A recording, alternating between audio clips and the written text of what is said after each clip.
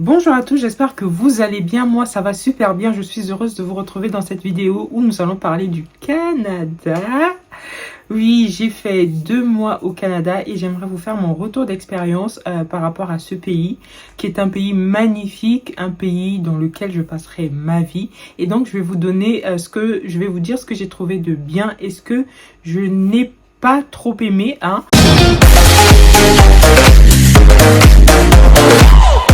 Si c'est la première fois que tu arrives sur cette chaîne et que tu n'es pas encore abonné, je t'invite à t'abonner et à laisser un petit commentaire à la fin de la vidéo, un petit like. N'hésite pas aussi à partager autour de toi afin que ça puisse aider une personne comme ça. Ma première impression, j'arrive au Canada, donc j'arrive à Montréal, dans la province du Québec, et donc j'arrive à l'aéroport de Yule. Donc là déjà quand on descend, c'est des machines qui viennent tracter en fait, enfin c'est comme des bus automatiques mais tractés par je ne sais pas quoi qui viennent nous chercher. Théma déjà comment on dit, la technologie, je suis déjà époustouflée, je me dis waouh, ça va être trop bien.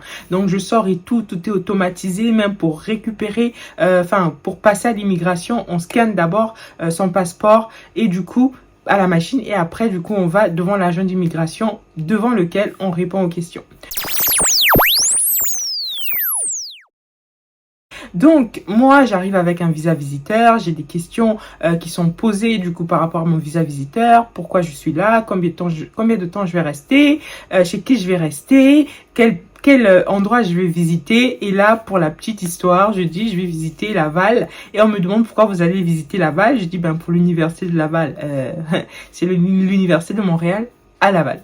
Donc du coup voilà, je sors tranquillement, j'ai pas été plus embêtée que ça. J'attends ma tante et là on sort. Les routes, waouh, tombe sur des routes qui sont géantes, gigantesques. Ici en France, je n'ai vu qu'une seule route qui est comme ça, c'est la route des Champs-Élysées, mais sinon les routes sont géantes, elles sont gigantesques, il n'y a pas de rond-point comme ici en France et c'était juste magnifique. Bon, il y avait un petit embouteillage quand je suis arrivée, mais après on arrive chez ma tante. Théma, les maisons sont trop belles.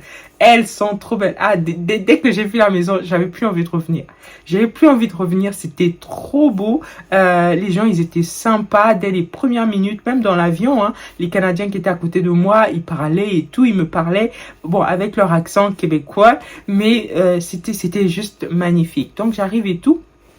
Donc moi, il faut savoir, je suis partie pour tâter un petit peu le terrain pour voir si je m'installe ou pas. Du coup, je vais avec un visa visiteur. Il faut savoir que je suis africaine et donc je ne suis pas du tout française. Donc je n'ai pas un PVT. Je vais avec un visa visiteur de la durée de mon passeport. Du coup, j'arrive, je me mets au défi de chercher un emploi.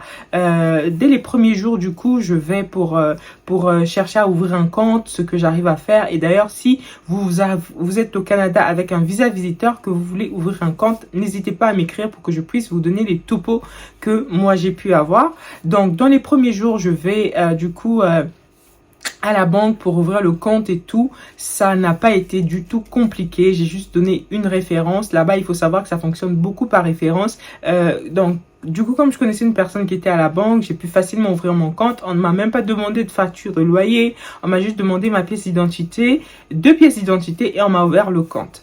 Donc, après ça, je me suis dit, wow, si ça va aussi vite, c'est que tout va aller vite en fait. Donc du coup, même au niveau du logement, j'ai pu trouver un Airbnb très facilement. Alors là-bas, ça fonctionne par condo, mais pour le condo, pour louer une maison, on va te demander une enquête de crédit. Donc moi, comme je venais d'arriver sur le territoire, je n'avais pas d'enquête de crédit, donc je ne pouvais pas avoir un appartement dans les réglementations de là-bas. Donc du coup, je suis passée par Airbnb, j'ai pu avoir un Airbnb. Alors l'astuce pour avoir un Airbnb moins cher, c'est du coup de sélectionner une longue durée. Moi par exemple, j'avais sélectionné plus de 42 jours et donc du coup, ça me revenait moins cher, ça me revenait autour de 1168 $ le mois.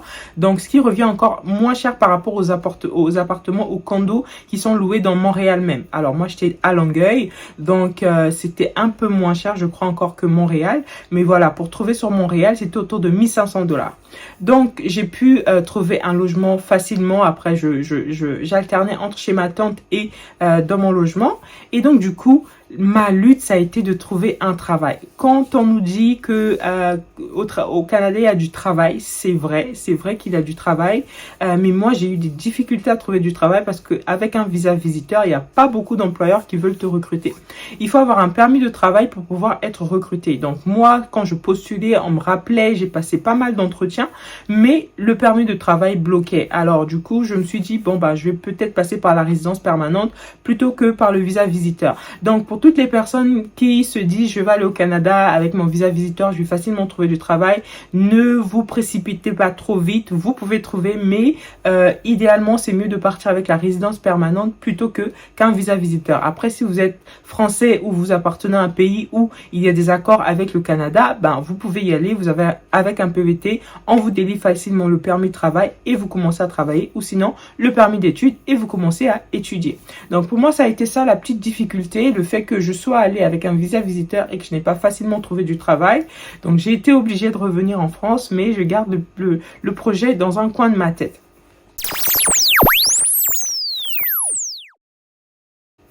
Donc, après ça, est-ce que la nourriture est plus chère en France qu'au Canada? Moi, je dirais qu'il n'y a pas d'endroit où c'est plus cher. Ça dépend de ce qu'on mange. Par exemple, pour ma part, qui aime beaucoup manger les légumes, les fruits et tout, j'ai trouvé que c'était assez... Ça allait en fait, les prix allaient et je me retrouvais. En plus, il y a des grosses bouteilles de Tropicana à l'orange avec des pulpes, beaucoup de pulpes dedans. C'était trop bon. Donc, je n'achetais que ça. J'achetais beaucoup de fruits. J'achetais mes crevettes. Oh, mes crevettes, elles étaient trop bonnes là-bas et puis elles coûtaient pas trop cher. Donc, pour la nourriture, franchement, je me suis retrouvée quand il s'agit de ne pas être trop compliqué. Après, on m'a souvent posé la question, c'est quoi les plats traditionnels du Canada?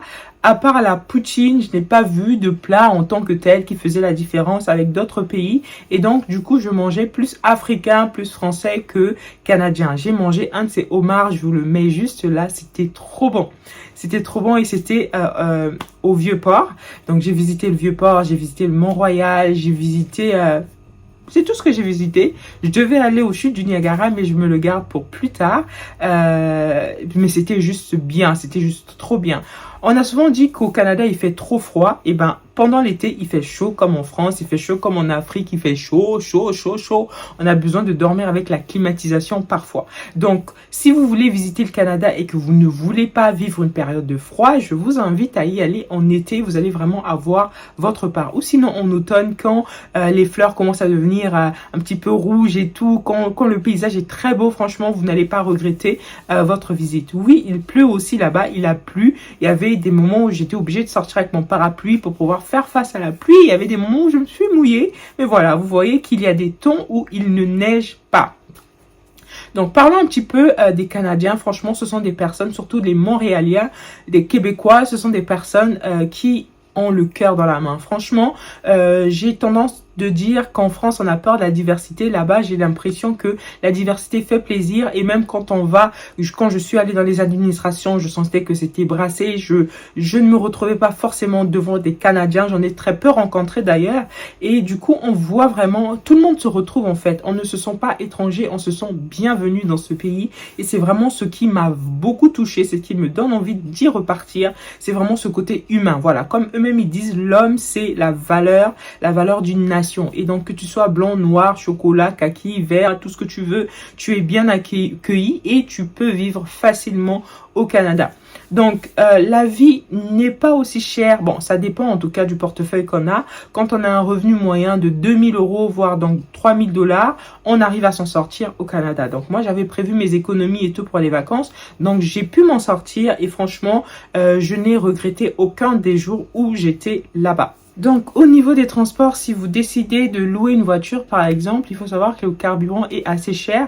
Et donc, les gens se plaignaient d'ailleurs, à mon carburant, quand il s'agissait plutôt d'aller accompagner quelqu'un, c'était du coup du genre, mon carburant. Donc, si vous louez une voiture, par exemple, prévoyez pas mal d'argent pour le carburant. Après, au niveau des transports sur Montréal, je trouve que c'est assez cher par rapport à Paris. À Paris, par exemple, je paie mon pass Navigo à 84 €.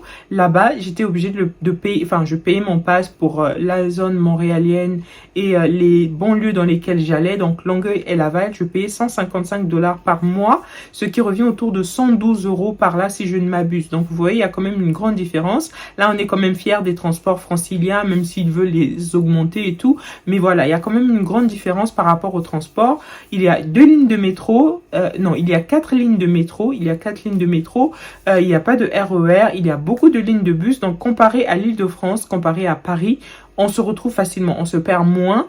Après, il faut toujours avoir son GPS. Moi, j'avais toujours mon GPS pour ne pas me perdre parce que il y avait certaines lignes de bus où il n'y avait pas les arrêts qui étaient marqués. Donc, il fallait du coup que je me guide par rapport à mon GPS.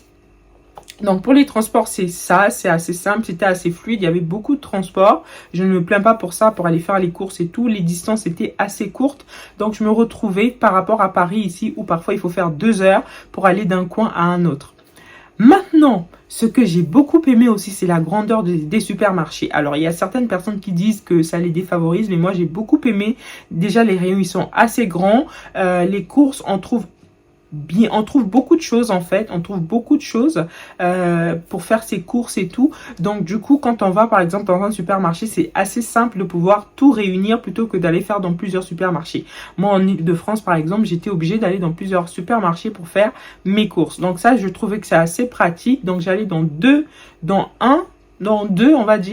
supermarchés principaux. Le premier qui est Walmart, le deuxième qui est, j'ai oublié, Maxi, voilà. J'allais de temps en temps et mon préféré, enfin pour les courses de la maison et tout, c'était Dollarama. Dollarama, c'est un petit peu comme Action d'ici où on a pas mal en fait d'articles qui sont vendus à entre 1 € et 3. Voilà, on arrive à pas mal faire ses courses pour tout ce qui est électroménager, pour tout ce qui est produits tâches ménagères, pour tout ce qui est vaisselle et tout. Ils ont de la bonne vaisselle. J'aurais pu acheter de la vaisselle là-bas, il a ramené ici, mais bon, on a pas mal de choses aussi chez Action, c'est pas mal.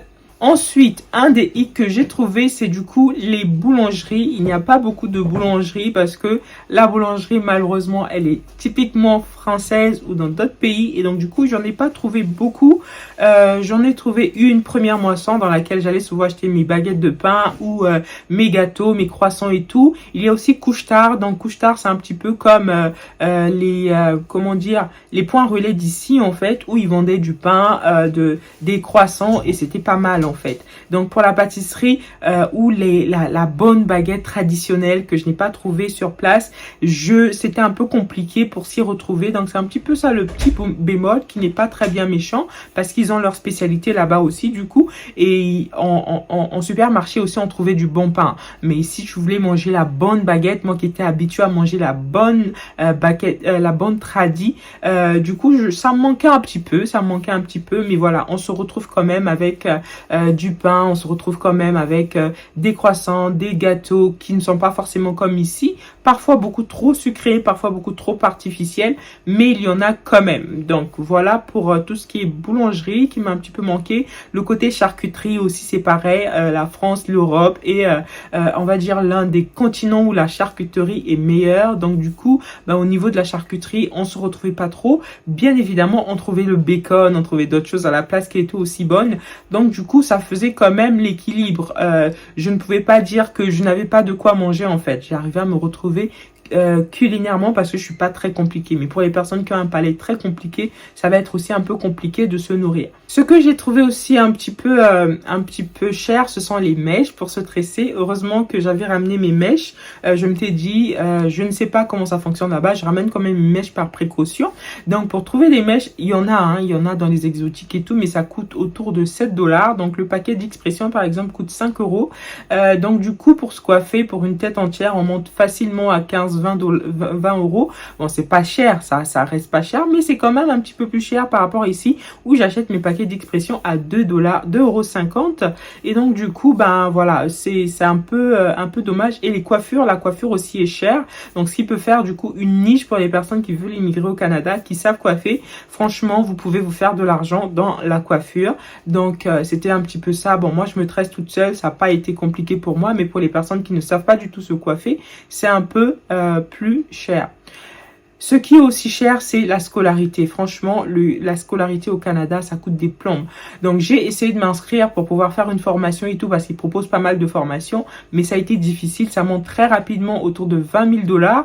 Donc, 14 000 € par là. Et donc, du coup, si tu n'étais pas préparé financièrement, ça va être compliqué de pouvoir, du coup, trouver une formation sur place. Donc, voilà un petit peu les points que je voulais partager avec vous. N'hésitez pas à me dire en commentaire s'il y a des points que j'ai oubliés, des points que vous voulez que je puisse voir, des points sur lesquels vous voulez que nous puissions discuter. N'hésitez vraiment pas à me laisser un commentaire. Merci d'avoir suivi la vidéo. Je vous laisse à la fin un petit extrait de mon road trip et on se dit à très bientôt pour une prochaine vidéo. Bye bye!